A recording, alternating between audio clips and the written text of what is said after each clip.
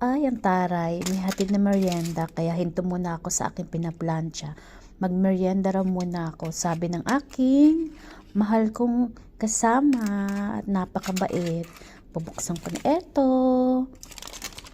Oh, wow, dumikit na yung cheese pizza.